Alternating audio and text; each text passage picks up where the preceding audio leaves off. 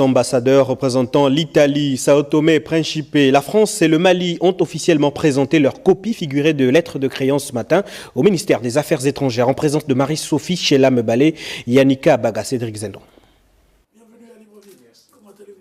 Ils se sont succédés au cabinet de travail de Michel Régis Onangandiaï, le ministre des Affaires étrangères. Le premier à présenter les copies figurées de ces lettres de créance, son Excellence Stefano Mascai, ambassadeur extraordinaire et plénipotentiaire de la République italienne près la République gabonaise avec résidence à Libreville. Le diplomate a abordé la question du renforcement de la coopération bilatérale au cours des échanges. Le tour est ensuite revenu à l'ambassadeur extraordinaire et plénipotentiaire de la République de Sao Tomé et Principe près la République gabonaise. Au menu de ce tête-à-tête, le renforcement de l'amitié et la coopération entre les deux États. Ambassadeur ou représentant de la République française près la République gabonaise, lui aussi, reçu par Michel Régis Onangandiaï, a rappelé la solidité des relations bilatérales dans les secteurs variés qui s'étendent sur des décennies. Dans cet entretien, le patron de la diplomatie gabonaise a relevé la problématique des demandes de visa des Gabonais. Enfin, la diplomate Nina Wale Ntolu, ambassadeur extraordinaire et plénipotentiaire de la République du Mali près la République gabonaise, en remettant les copies figurées de ces lettres de créance, a exprimé sa satisfaction de servir son pays au Gabon. Autre point évoqué entre les deux personnalités, les relations bilatérales entre les deux États et surtout les liens d'amitié entre les deux présidents. Rappelons que la remise des lettres de créance marque le début de la mission officielle des ambassadeurs leur permettant de représenter pleinement leur pays. Le ministre des Affaires étrangères, tout en félicitant les promus, a saisi l'occasion pour présenter aux 4 nouveaux diplomates les candidatures de nos 2 compatriotes qui postulent pour l'un à l'ASECNA et pour l'autre à l'UNESCO, non sans revenir sur l'importance des relations diplomatiques avant de souhaiter à chacun des ambassadeurs un plein succès dans l'accomplissement de leur mission. Cette cérémonie se déroule en prélude de la présentation officielle des lettres de créance au président de la transition, Brice Clotaire Oligingema, dans les tout prochains jours. Reçu par le ministre de l'économie et des participations, la délégation du secrétariat international de l'ITUE est en mission au Gabon pour évaluer les avancées de l'ITUE Gabon. Arnaud Manza, Richard Mobiwa, compte rendu d'audience. Les questions de gouvernance dans le secteur actif, notamment liées à la mise en œuvre de la norme ITIE au Gabon, depuis sa réintégration en 2021, a constitué la trame des échanges entre le ministre de l'économie et des participations et la mission du secrétariat international de l'ITIE, venue pour la phase de validation. Nous avons aujourd'hui un pré-rapport qui est disponible, qui va certainement être enrichi dans les prochaines semaines et qui va, je le crois, conduire à la validation de notre pays. It was a very, very interesting opportunity to meet the minister. Une opportunité pour l'ITIE d'entendre l'engagement renouvelé du gouvernement du Gabon pour avancer dans la transparence et la bonne gouvernance du secteur extractif, notamment. L'agenda prévoit des consultations en amont avec les parties prenantes et les organes de coordination, ce que la dite mission a entamé ce jour, peu avant la rencontre avec le ministre. La mission de validation vraiment, c'est de dresser une image la plus fidèle possible du secteur extractif du pays, d'une première part, et d'une deuxième part, de l'état de l'implémentation de l'ITIE dans le pays. Pour la responsable de l'ITIE Gabon, plusieurs indicateurs seraient favorables à la validation dans un Gabon qui, malgré la transition, a maintenu ses engagements. Le secrétariat international nous assiste depuis notre retour en 2021 sur différents plans. Ça permet d'améliorer la communication entre les différents opérateurs du secteur extractif, mais ça rassure aussi les partenaires au développement dans le sens où il y a cette quête de transparence dans la gouvernance des hydrocarbures et du secteur minier. Cette étape de consultation s'étendra du 17 au 20 septembre à Libreville. Et justement, cette délégation de l'ITIE sera reçue demain par le ministre des Mines, puis le ministre du Pétrole. Jonathan Inyumba, c'est le ministre de l'Agriculture et de l'Élevage qui s'est entretenu ce matin avec les présidents des syndicats de son département ministériel. De quoi était-il question? Tassiana Minko et Gérard Magnagna nous expliquent. Jonathan Inyumba s'est voulu pédagogue avec les présidents des 4 syndicats de son département ministériel, suite à certaines dérives observées, et annonce le nouvel ordre de paiement des agents du ministère. Certaines mesures nécessaires à l'assainissement des fichiers des agents du ministère ont été annoncées par M. le ministre. Il s'agit de la mise sous bonne caisse de tous les agents du ministère à partir du 25 octobre, dans la nécessité de pouvoir nettoyer les fichiers et savoir qui exactement est au travail et ceux qui ne sont pas présents continuellement. Monsieur le ministre a été informé des propos d'un syndicaliste du ministère à l'endroit des plus hautes autorités et ce sont des choses qui sont intolérables. Et monsieur le ministre a donné des instructions au secrétariat général pour qu'il y ait des sanctions qui soient adaptées à la hauteur de la faute qui a été commise. C'est un Gabon en voie de restauration, a souligné le patron de l'agriculture. Le gouvernement de la transition travaille à bannir l'anarchie au sein de l'administration publique. La deuxième mesure, c'est la nécessité de remettre de l'ordre dans les différentes organisations syndicales.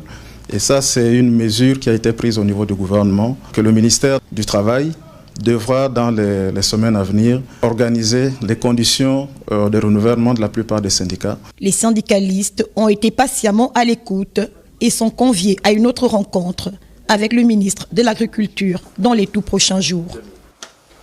Et pendant ce temps, Adrien Mugugu s'entretenait avec l'ambassadeur de Corée du Sud. L'échange entre le ministre de la Santé et le diplomate portait sur la participation du Gabon au sommet mondial de la biologie médicale. Ginette Jonsia Mogula Massala, Rodolphe Élevé, compte rendu d'audience.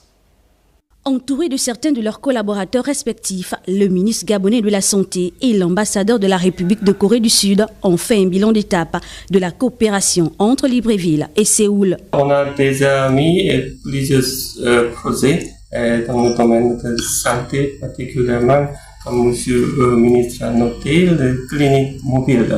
Et aussi, on a fourni, par exemple, le fournition de l'équipement médical, l'équipement de dépistage de COVID-19.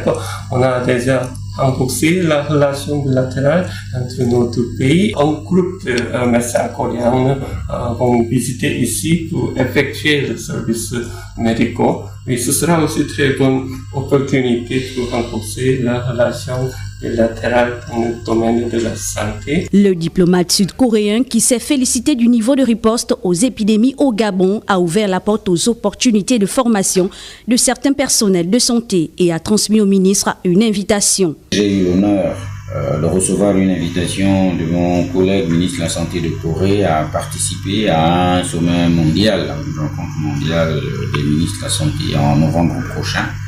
Nous avons bien sûr accepté et nous attendrons certainement l'autorisation de notre hiérarchie, M. le Premier ministre et son Excellence, M. le Président de la République, qui voudrait bien nous permettre de participer à cette grande messe dans un pays ami. Le Gabon et d'autres pays invités à ce sommet mondial de biologie médicale, organisé en partenariat avec l'Organisation mondiale de la santé, se pencheront sur les innovations en recherche et de développement, la chaîne d'approvisionnement mondiale ou encore le développement de la main-d'œuvre. À l'initiative de l'Organisation mondiale de la santé, la planète célèbre la journée mondiale pour la sécurité des patients. Le ministre de la Santé, Adrien Mugugu, a prononcé une allocution pour affirmer l'engagement du Gabon en faveur de la culture du diagnostic précis. Suivons un extrait.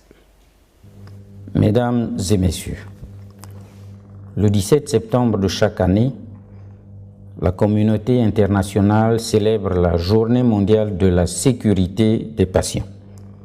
Instaurée en 2019 par la résolution WHA 72.6 et le plan d'action mondial pour la sécurité des patients 2021-2030.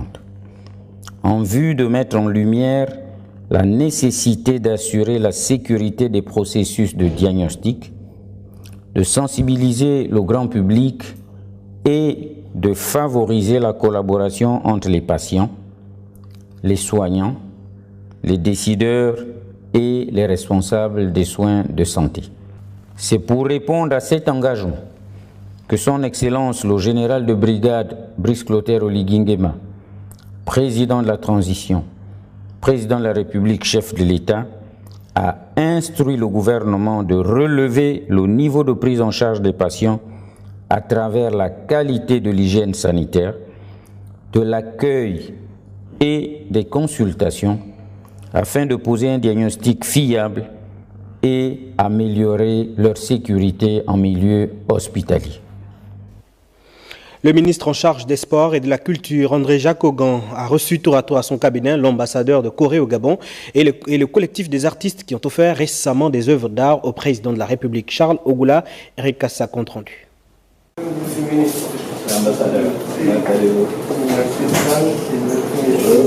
La coupe de taekwondo de l'ambassadeur de la République de Corée et sa fête nationale auront lieu ce samedi 21 septembre 2024 au Palais des Sports de Libreville. D'où cet entretien entre le docteur André Jacques-Augan et son hôte. Taekwondo ici au Gabon, ce n'est pas un simple sport, c'est actuellement le fierté nationale, le premier sport qui a apporté la première médaille olympique ici au Gabon. L'ambassade de la Corée, partenariat avec la Fédération gabonaise de Taekwondo, on va organiser le grand événement, 12e de Coupe de l'ambassade de Taekwondo, en conjonction avec notre fête nationale.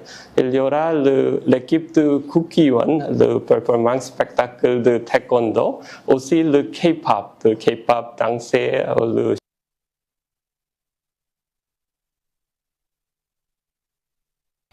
Voilà, vous suivrez cet élément demain au cours de notre édition de 13h. Jean Cruz Lessagui, désormais dans son fauteuil de directeur général de la marine marchande, Ludovic Mundunga, a transmis les dossiers à son successeur au cours d'une cérémonie présidée par le secrétaire général du ministère des Transports, Ginette Jansia Mogula Massala, Jean de Dieu Mambo Maniam, Francis Banja. Le film de cette cérémonie. Au nom de Monsieur le Président de la Transition, Président de la République, chef d'État, au nom du ministre des Transports, je vous installe sur votre fauteuil de directeur général de la marine marchande. Jean Cruz Lessagui, 48 ans, avec un cursus universitaire bien garni, est le nouveau manager de la marine marchande, secteur important dans le tissu économique gabonais. Le nouvel homme fort hérite d'une administration en proie à plusieurs difficultés. Redorer le blason de celle-ci, optimiser les productions et booster les recettes demeurent les véritables challenges de ce dernier. Je n'ai pas pour habitude de pratiquer la langue de bois. Je devrais alors prendre des décisions qui ne plairont pas à tout le monde. Une grande réorganisation va certes s'opérer, mais n'ayez pas peur. Plutôt travailler honnêtement et sincèrement. Toutes les idées, toutes les bonnes volontés seront les bienvenues, tant qu'elles poursuivent cet objectif commun. Avec le sentiment d'un devoir accompli, le lieutenant-colonel Ludovic Mundunga, DG sortant, saisit l'occasion pour prodiguer quelques conseils à son successeur. Je voudrais féliciter le nouveau directeur général et lui dire que la marine marchande, il est désormais à la tête de cette administration. Il a des collaborateurs qui sont perspicaces, avec lesquels j'ai travaillé durant une année. J'ai pu apprécier la qualité de leur travail. Je pense qu'il aura l'occasion aussi d'apprécier la qualité du travail de ces collaborateurs-là. Le savoir-faire, la probité et la détermination du nouveau directeur général de la marine marchande devront être étalés afin de bénéficier de la confiance des autorités du CTRI. Jean Cruz Lessagui est père de 7 enfants. Il est titulaire entre autres d'un bachelor option administration des affaires obtenu en 2001 à l'Université du Québec.